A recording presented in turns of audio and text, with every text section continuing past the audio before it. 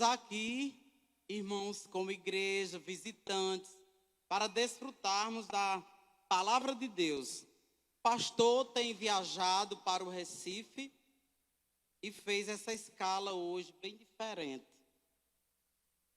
colocando dois irmãos para substituí-lo. E aqui, sei se eu vou ser uma boa substituição, mas eu dependo do Senhor. Eu quero depender do Senhor, porque ler eu sei. Aí eu vou ler a palavra de Deus para todos. E nós vamos, pela graça de Deus, absorver, porque este dia é único. A gente pode não ter outro dia para ouvir a palavra de Deus. Não estou dizendo isso para assustar, não, irmãos. Estou dizendo isso comigo mesmo. Eu posso até não ter outra oportunidade para estar aqui desfrutando da palavra de Deus. E os irmãos podem não ter outra oportunidade de também estar escutando a palavra de Deus. E aos visitantes que estão nos visitando nesta noite. Eu gostaria de ler dois textos de início. Eu gostaria de ler Atos 20, começando do 7 até o 12.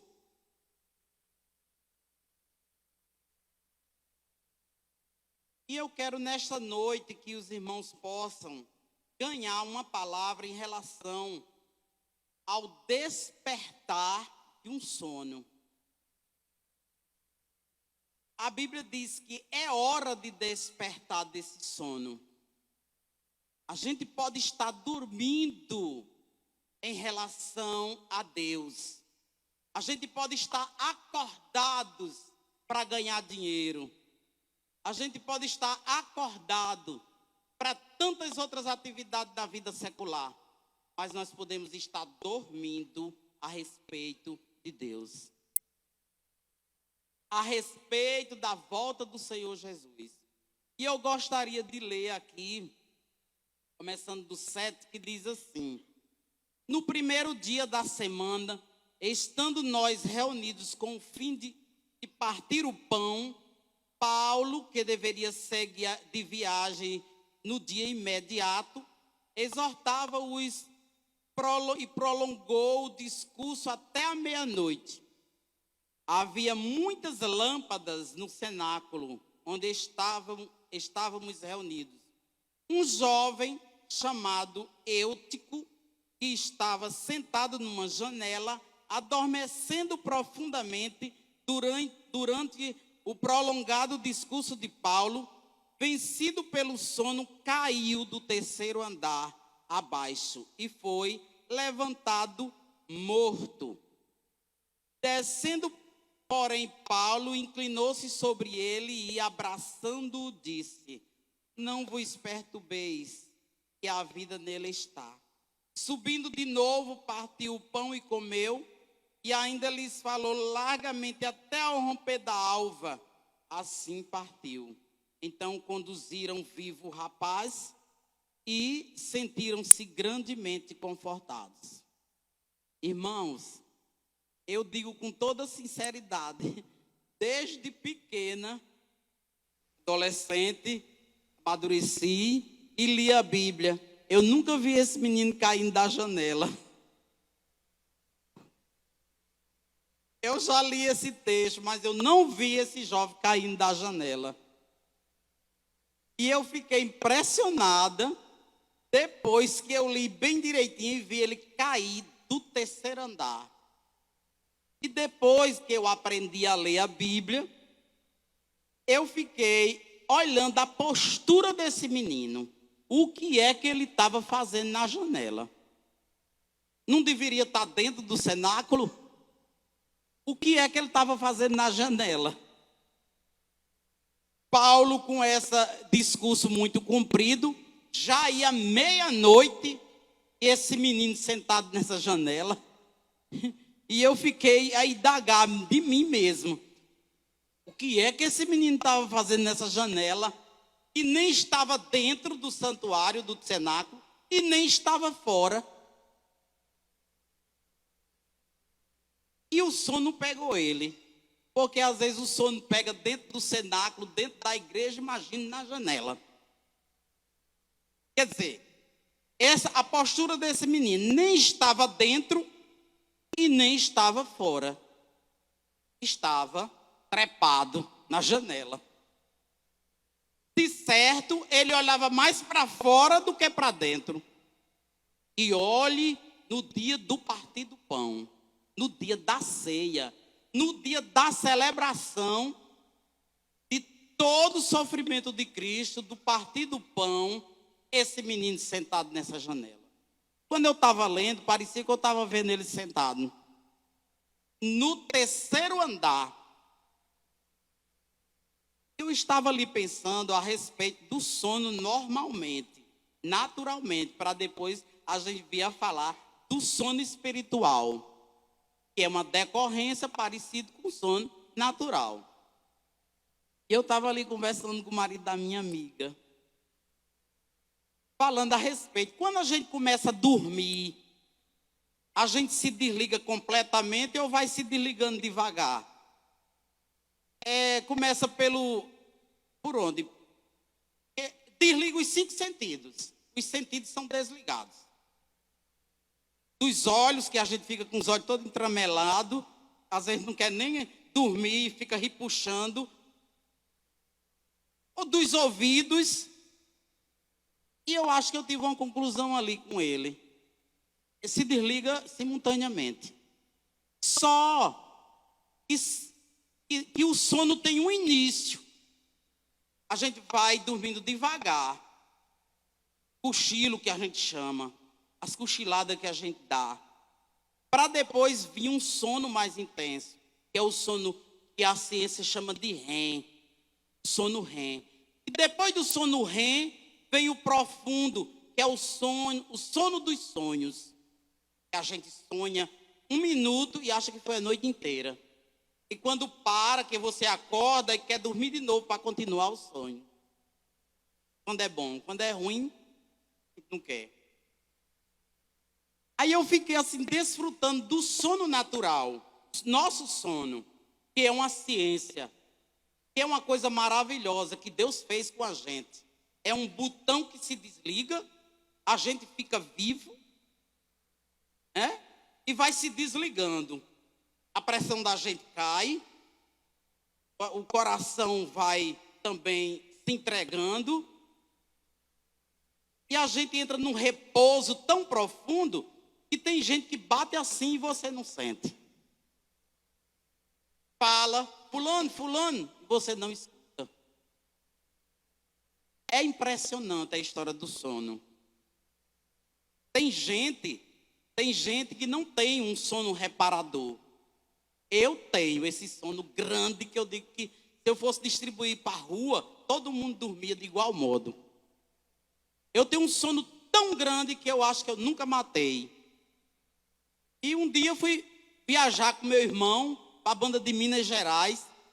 E quando eu entrei no avião, quem estava perto de mim era um mocinho, eu acho que tinha uns 20 anos. Olha, eu dei uma dor dentro de mim.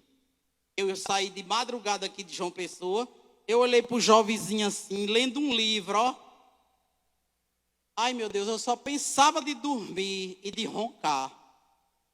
Porque quando a gente chega nessa idade que começa a engordar, começa a roncar. É inevitável. Aí eu sei que eu olhava para o garoto assim perto de mim e eu comecei a invocar o Senhor. Senhor, não me deixe dormir. Eu também queria curtir a viagem de avião. Eu nunca tinha andado. Eu queria curtir, mesmo sendo de madrugada, mas eu queria alguma coisa, eu queria curtir. Minha gente, o sono chegou nos meus olhos. E eu invocando o Senhor, e os olhos fechando, e eu pensando no garoto, pense na aflição que eu senti. Senhor, eu não quero dormir, e o sono, e os olhos fechando. Aí teve uma hora que eu não estava mais aguentando, que os olhos estavam fechando mesmo. Aí eu gerenciei na minha cabeça. Ah, eu também não conheço ele.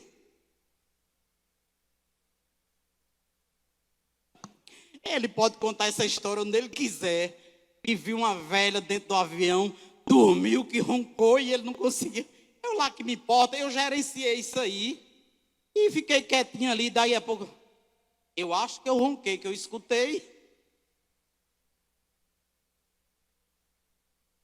Minha gente, é um sono tão profundo,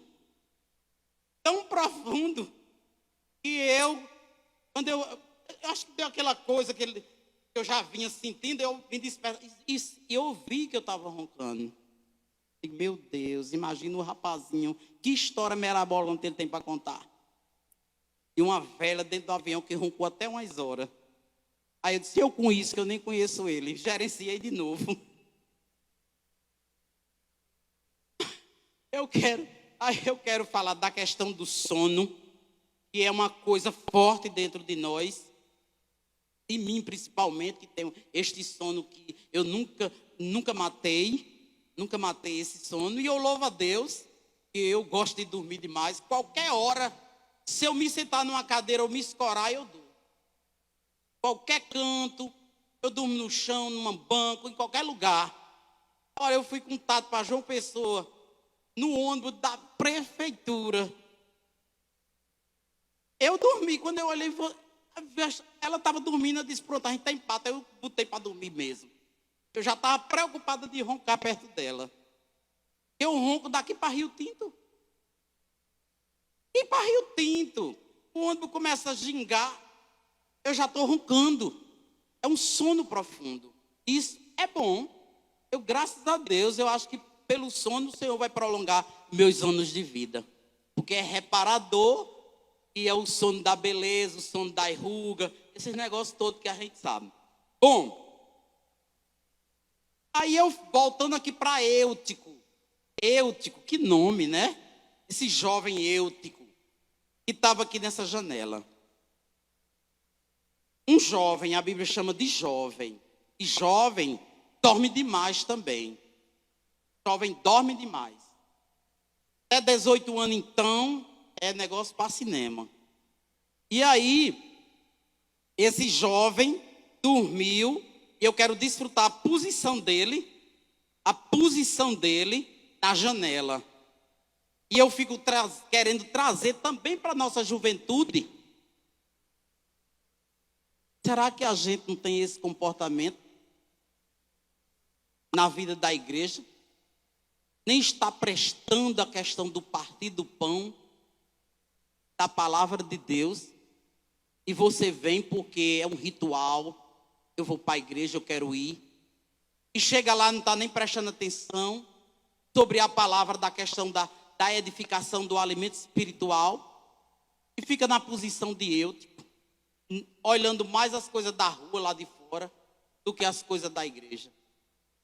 Se envolvendo mais com o que está passando lá na rua do que...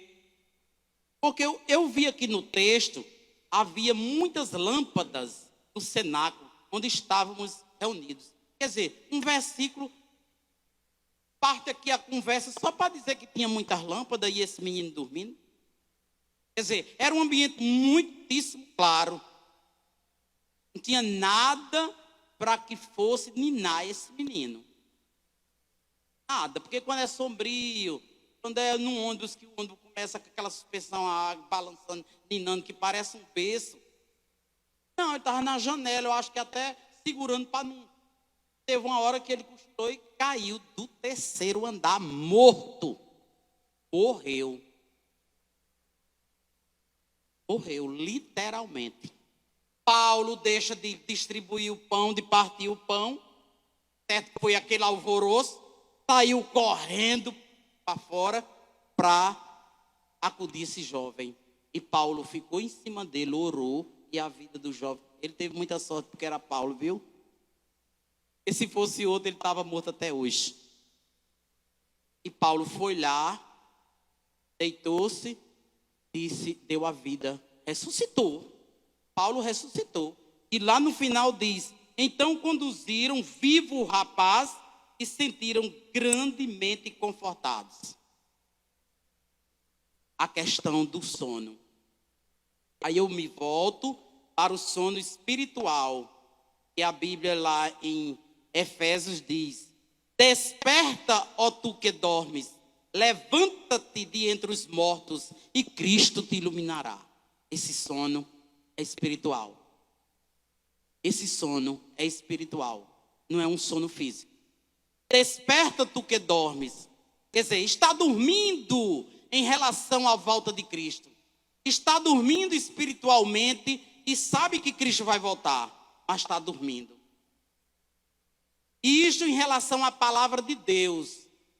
Quando se quer desfrutar da palavra de Deus, parece que dá comichão na cadeira, comichão.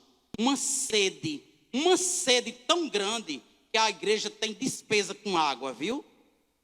Tem despesa com água, porque vão beber o tempo todo lá atrás, num culto. Eu queria que Paulo tivesse era aqui, porque ele falou até meia-noite, e quando ressuscitou o jovem, a Bíblia está dizendo aqui que ele falou até de manhã. Até de manhã.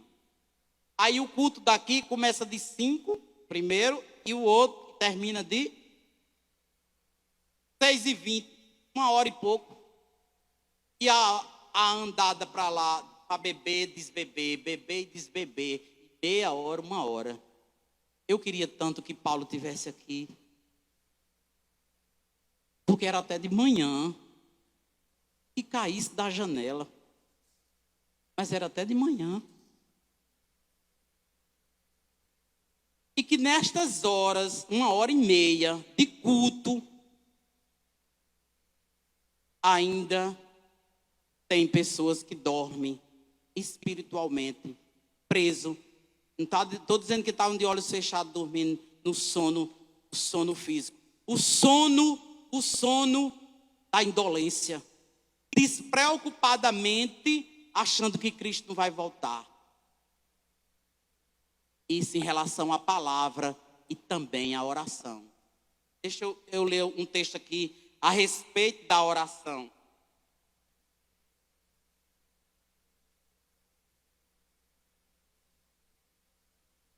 Marcos 14, 32 em diante.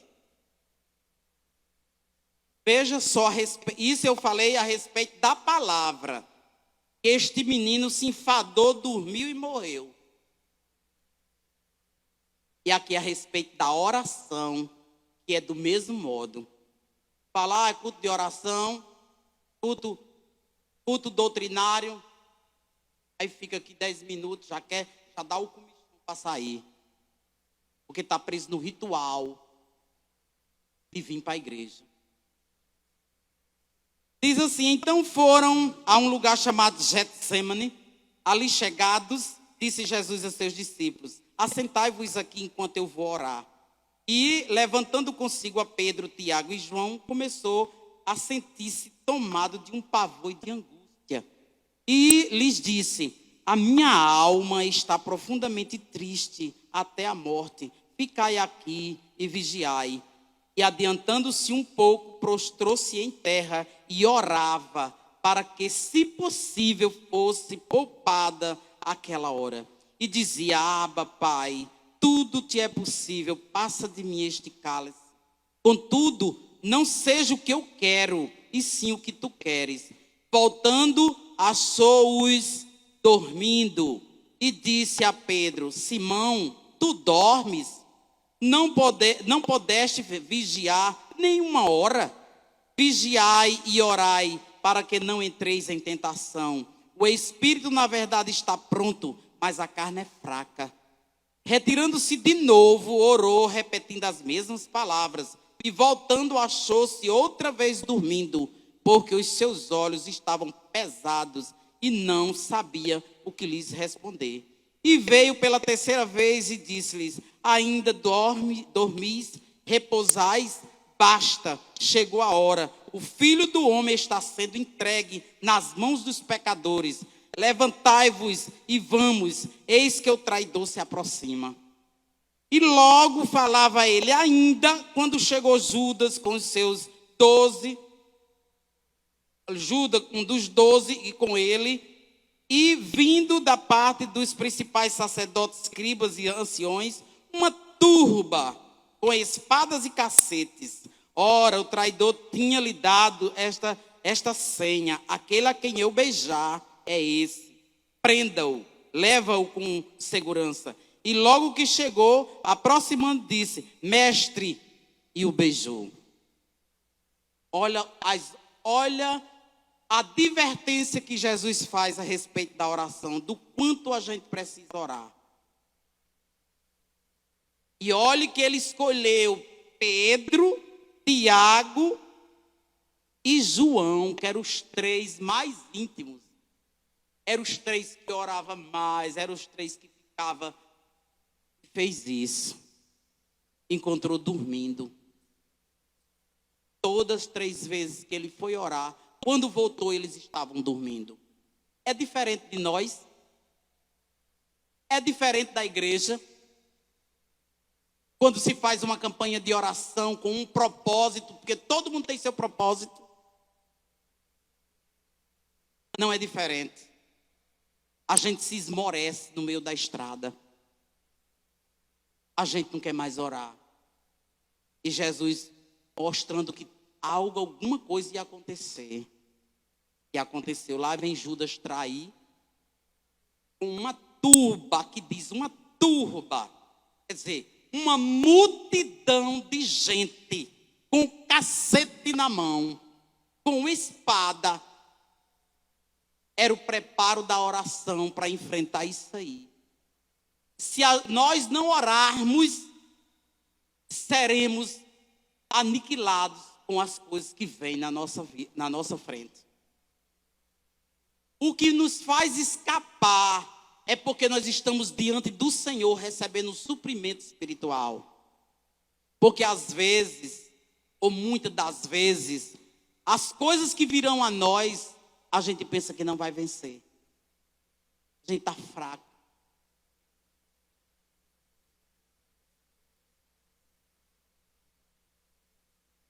Eu tenho passado por uma turbulência tão grande, tenho contado para o Senhor. E se não fosse eu estar diante do Senhor, eu estava liquidada. Mas o Senhor tem um amor tão grande por mim, que Ele manda eu dar graça por essa questão. Que é difícil, é as lágrimas descendo, e eu experimentando dessa questão. Eu te agradeço, mas é ruim demais. É uma agonia sem fim. Mas o Senhor só dá aprovação até onde a gente pode suportar. Então, o que nós precisamos, gente, é de 2 vitaminas para suportar isso aí. É a BO. Bíblia e oração. Se a gente não tiver a BO, e olha que eu sou muito chegada às vitaminas. Eu gosto do complexo B, de vez em quando eu estou tomando. Estou tomando a vitamina 9 só ela. Estou tomando eu de vez em quando eu estou tomando. Mas a minha BO é todo dia, porque senão eu vou me sucumbir. E eu louvo a Deus, porque o Senhor me aposentou. Eu sou aposentada. Eu tenho tempo demais para estar desfrutando do Senhor. Eu tenho tempo demais. Eu largo tudo e vou ler a Bíblia. Eu largo tudo e vou desfrutar da oração. Manter a intimidade com o Senhor, porque senão não escapo.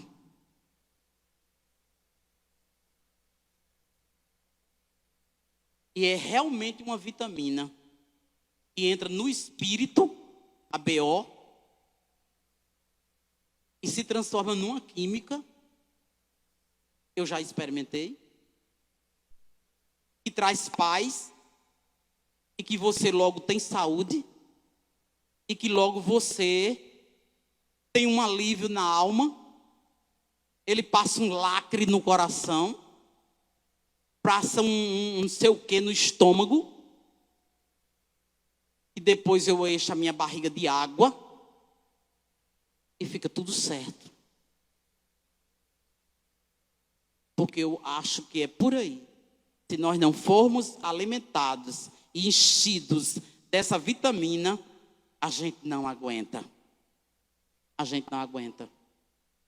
E para que então eu preciso estar buscando as escrituras? Eu preciso da oração, preciso desse suprimento de vida. Porque a vida não é só essa. Não é só essa. A vida eterna começa aqui.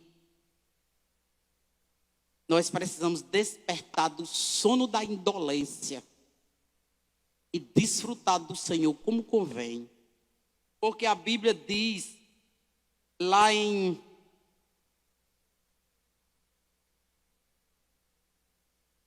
Pedro,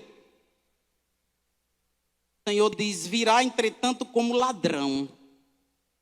O Senhor Jesus virá como um ladrão.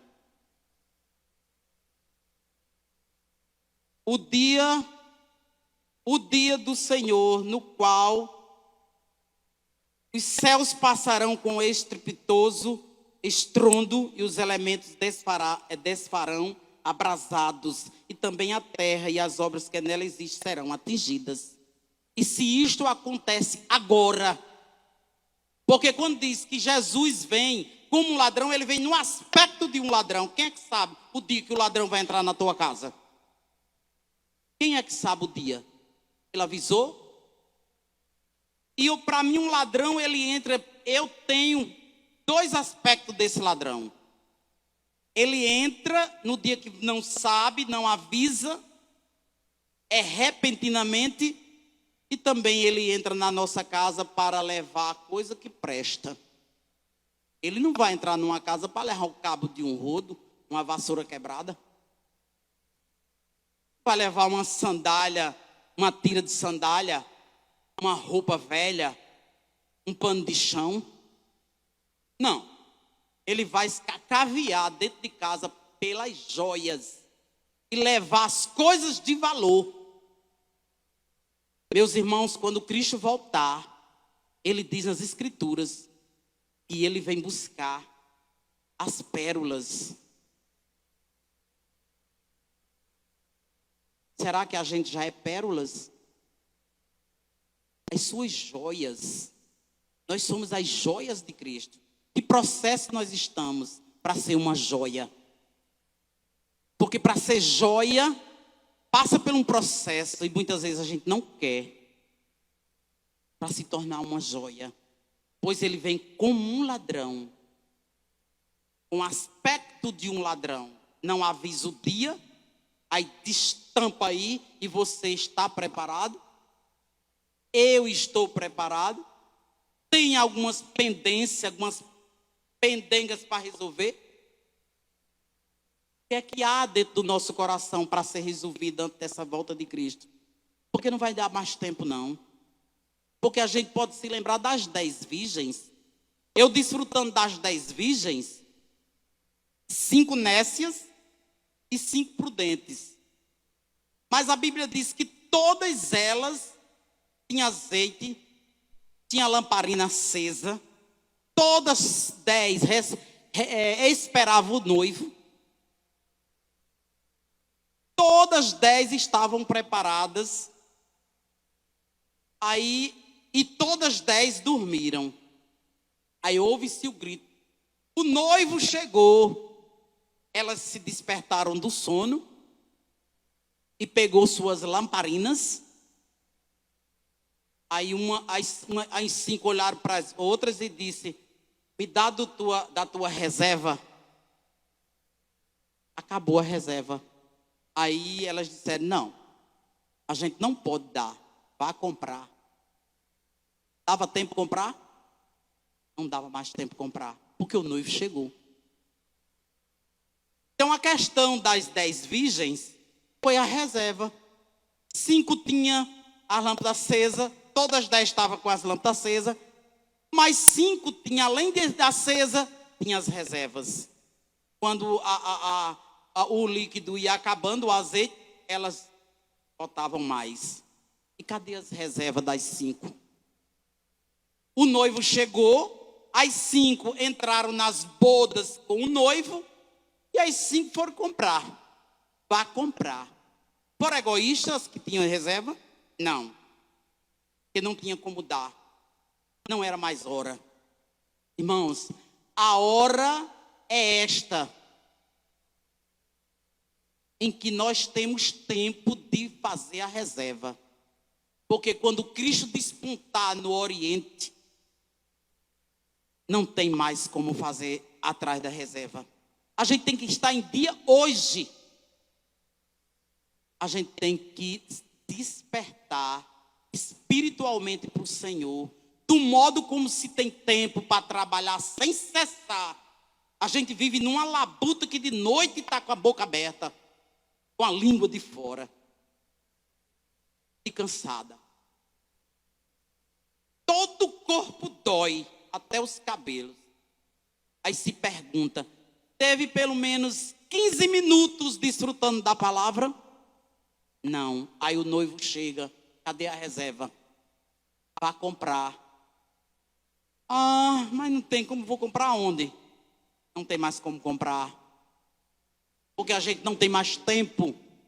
Então tempo é ouro. Você precisa desse tempo agora para desfrutar, colocar a sua vida em dia, arrumar a sua vida, para quando o Senhor voltar, a gente entrar com o noivo na festa de casamento, e vai ser uma festa eterna, que nunca terá fim. Quando eu li aquele texto, o primeiro texto, eu descobri que tinha um jovem, lá, que eu gosto de passar da história, né? Aí eu fui lendo, passei da turma que estava tudo cheio de cacete, com espada. Houve até o episódio de Pedro, que foi lá e pegou a espada e cortou a orelha do Malco. E Jesus foi lá e botou a orelha de novo. Fez esse milagre na hora da turbulência. E eu sei que quando mais adiante, Jesus diz, todos os dias eu estava convosco no templo ensinando, e não me prendeste. Contudo, é para que se cumprissem as escrituras. Então, deixando-os, todos fugiram. Aí seguia um jovem, achei esse menino aqui também. Seguia um jovem coberto com um lençol, e lançaram a mão no lençol e deixaram o menino nu. E o menino saiu desnudo. Pronto, aí acabou a conversa e eu fiquei, oxi, como é que numa história dessa, bota esse menino com esse lençol sem roupa e esse menino saindo por aí? Estranho, não? Eu fiquei lendo e fiquei agoniada para saber como foi que esse menino apareceu e desapareceu na multidão sem roupa. Foi estranho isso? Depois desse episódio que pegaram o Senhor Jesus, prenderam um cacete com pau, Marcos botou esse menino aí sem roupa e seguiu um jovem coberto unicamente com um lençol. Aí lançaram a mão no lençol, mas ele, largando o lençol, porque não tinha como segurar, fugiu desnudo. Aí me deu uma lembrança do pobre do Adão. Deus disse, Adão, Adão, onde tu estás? Será que Deus não estava sabendo onde Adão estava? Adão nu. Tinha ouvido as conversas de Eva e estava com vergonha. Na palavra de Deus, a nudez expõe o pecado. E ele diz que quando eu voltar, eu quero vos encontrar vestidos e não nus. Eu quero encontrar todos revestidos, vestido de novo. Vestir e revestidos para a glória de Deus. A nudez desse menino ter apresentado aqui expôs o pecado de todo mundo. Expôs o pecado de toda a multidão ali, pela qual o Senhor veio morrer por aquela multidão. Então mostrou aí que a humanidade tem esse aspecto da nudez.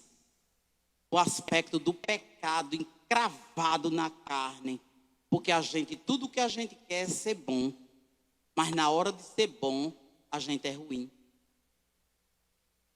E o apóstolo Paulo dá um grito. Ele dá um grito, eu escuto, quando ele diz: miserável homem que sou. Aquilo que eu quero fazer, eu não faço.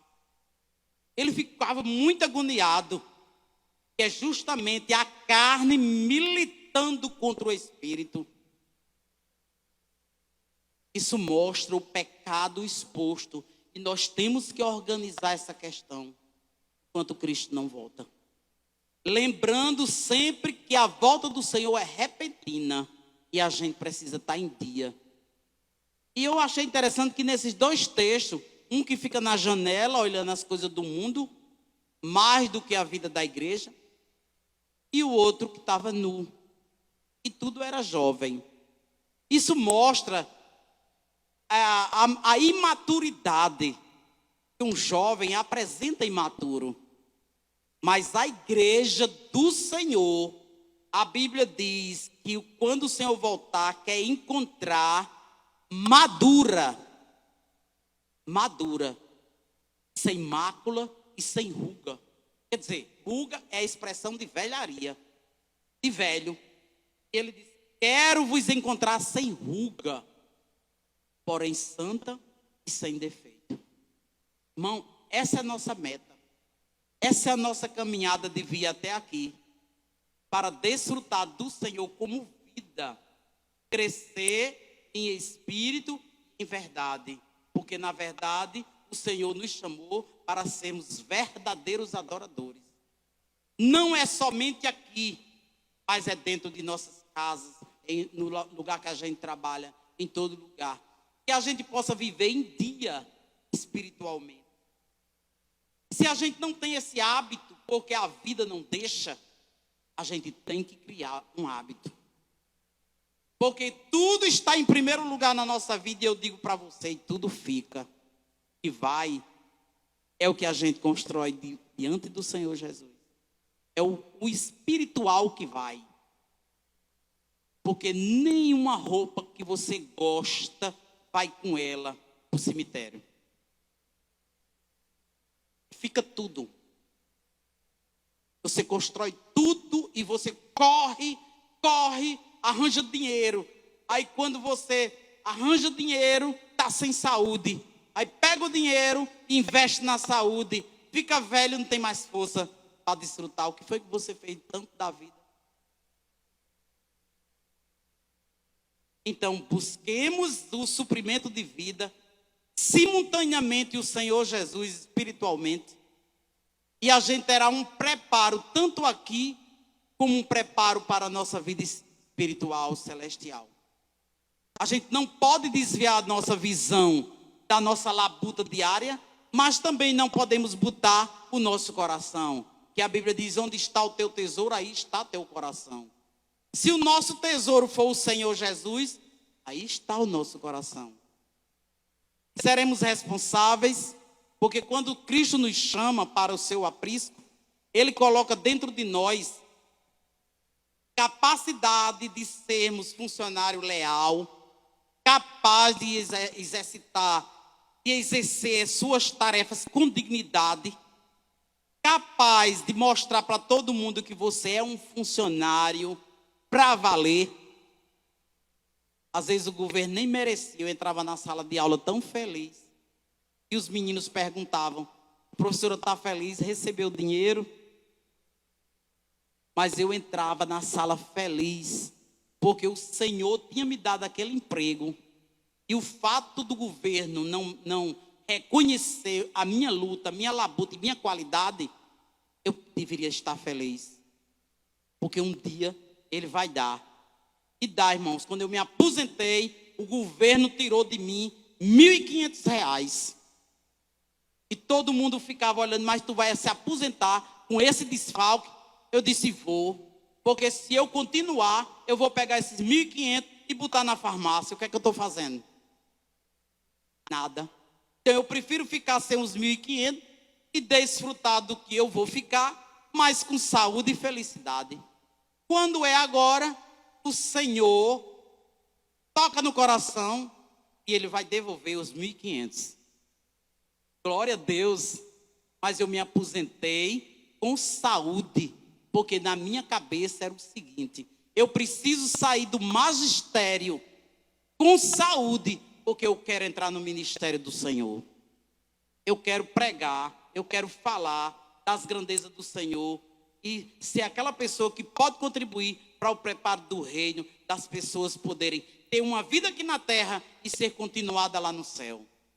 Eu queria tudo, eu queria isso. Por isso que eu me aposentei perdendo, mas hoje o Senhor vai me dar de volta. Amém? Então eu quero agradecer ao Senhor por essa palavra, que ela nos esclarece, e não é em vão por estarmos aqui a escutar, porque a edificação é necessária, porque a nossa vida não se resume nesta. Nós estamos nos preparando espiritualmente para a vida eterna. O Senhor não nos fez para morrer. Ele não fez. Por isso que existe essa agonia em nós. É uma agonia muito grande que a gente sente com a morte. Quando minha mãe morreu, eu pensei que eu fosse morrer também. Quando meu pai morreu, eu quase que ia me sucumbindo. Imagina um filho. Então ele não nos fez para morrer. Ele nos fez para viver eternamente. Por isso que não existe essa aceitação da morte. Você pode até abrir a boca e dizer: eu estou preparado para subir. Eu estou preparado para a morte. Mas não está preparado para ver alguém da sua família partir. Tá não. A gente sente. Porque o Senhor colocou Adão num jardim. O jardim tinha de tudo. Ele pecou e foi expulso. Mas pelo poder da palavra, o Senhor veio para nos colocar de novo no jardim eterno. Eu creio nesse jardim. Quantos aqui está aqui que acredita nesse jardim que nós vamos viver eternamente? Oh, glória a Deus. Irmãos, aqui ainda é o melhor lugar. Eu digo toda hora. Esse é um lugar tão maravilhoso, porque eu não vejo ninguém aqui com a cara comprida, desfrutando ainda da fatura que vai pagar amanhã. Todo mundo esquece, porque aqui é o melhor lugar. É uma réplica do que vai ser o céu. É uma coisinha assim, porque o céu vai ser muito melhor. Nós vamos viver, segundo Apocalipse, uma vida de praça. Uma vida de praça. Vida de praça, ninguém vai à praça chorar e contar que está devendo. A gente vai para a praça achar graça, se encontrar com alguém, rir, contar histórias, mas nunca falar de contas, nunca falar que se você está sofrendo com seu marido, com seu filho. Não, a gente vai achar graça e se encontrar. E a gente, Apocalipse diz que tem uma praça, e eu estou louca por essa praça. Eu estou ansiosa para ir para essa praça. Não vamos mais morrer. Vai mais se preocupar de ir para a Baía da Traição, trabalhar com auxiliar de dentista. Não vai mais ser arquiteta, não tem mais isso. Não vai mais fazer óculos, porque a visão vai ser tão clara, tão nítida, que a Bíblia diz que é um clarão tão grande que não tem sombra. Eu fico pensando, de onde vem essa luz? É de baixo para cima. E a gente vai viver só desfrutando da presença do Senhor. Eu estou louca por esse dia. Eu não vou negar. Eu não vou negar. Eu estou louca por esse dia. E eu disse, quando eu morrer, eu quero muita música. Eu quero eu quero um coral cantando. Porque eu acho que vai ser uma continuação de vida superior. Então, em comparação, se essa vida é boa, é a história do vinho. Se o vinho do início da festa era bom, como foi o vinho que Jesus transformou? E todo mundo estava bêbado e percebeu que era bom. Eu quero muita alegria, porque a vida vai ser melhor. Né, irmãos? Então, vamos desfrutar dessa palavra, tirando todo o sono da indolência e amando o Senhor. espontaneamente buscar a palavra de Deus como suplemento de vida. Porque nós somos a expressão de Deus na terra. E que expressão você é de Deus aqui na terra? Como você está se expressando aqui como Deus? Porque o Senhor diz que o ser humano, o que ele fez, é a expressão de Deus. Nós estamos expressando o Senhor em tudo. Então queremos agradecer a cada um. Sou como Paulo, que Paulo passou até a meia-noite, nós vamos já embora. E, no entanto, todo mundo ficou no cenáculo até de madrugada. Na alva, ele saiu diretamente para o barco para ir embora. Ele passou até de manhã. Então, quando nós estamos desfrutando da palavra de Deus, o relógio não existe. Porque no céu nem relógio vai ter. Porque o próprio Senhor é o tempo. O próprio Senhor é o tempo. Nós é que vivemos correndo atrás do tempo. E correr atrás do tempo é correr atrás do vento. Está lá em Eclesiastes. Eu não sou muito amiga do relógio nem do calendário. Nunca fui. Nunca fui. Eu às vezes ficava, que dia é hoje? Parecia que era meu taiada. Que é hoje, era meio desorientado em relação ao dia. Não tinha muita preocupação com o dia. E nem com a data. Mas eu louvo ao Senhor, porque eu estou vivo até hoje. Estou nessa idade e muito feliz diante do Senhor, apesar de toda turbulência. Apesar de toda agonia. Mas eu quero dizer para os irmãos, se não fosse o Senhor, Israel que o diga, eu já tinha sido engolida viva. Mas o Senhor é quem nos sustenta, quem nos guarda. Estejam todos preparados para o grito do noivo. O noivo chegou. E todo mundo com sua vida em dia para se encontrar com o noivo, com as lamparinas acesas e as reservas na outro lado. Amém? Glória a Deus e aleluia pela sua palavra. Vamos ficar de pé e vamos agradecer ao Senhor. Vamos agradecer ao Senhor porque este dia foi único. Nunca mais terá esse dia 21 nas nossas vidas. Jamais. Ele vai ficar para trás. Mas nós vamos levar a edificação da palavra de Deus dentro dos nossos corações. Quando estivermos para dormir e ficarmos sonolentos, a gente vai lembrar do pobre do Eutico que caiu do terceiro andar, que morreu e que foi ressuscitado. E nós seremos ressuscitados pela palavra de Deus.